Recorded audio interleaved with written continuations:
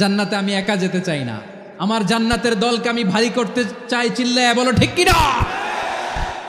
যারাই বলবে লা ইলাহা ইল্লাল্লাহ তারা আমার ভাই। বিশ্বনবী এই কথাটার আরো চমৎকার ব্যাখ্যা করেছেন। তিনি বলেন, মান সাল্লা সালাতানা ওয়াস্তাকবালা কিবলাতানা ওয়া আকালা যাবিহাতানা ফাযালিকাল মুসলিম লাহু যিম্মাতুল্লাহি ওয়া যিম্মাতু রাসূলিহি ফালা তুখফিরুল্লাহা ফি যিম্মাতিহি।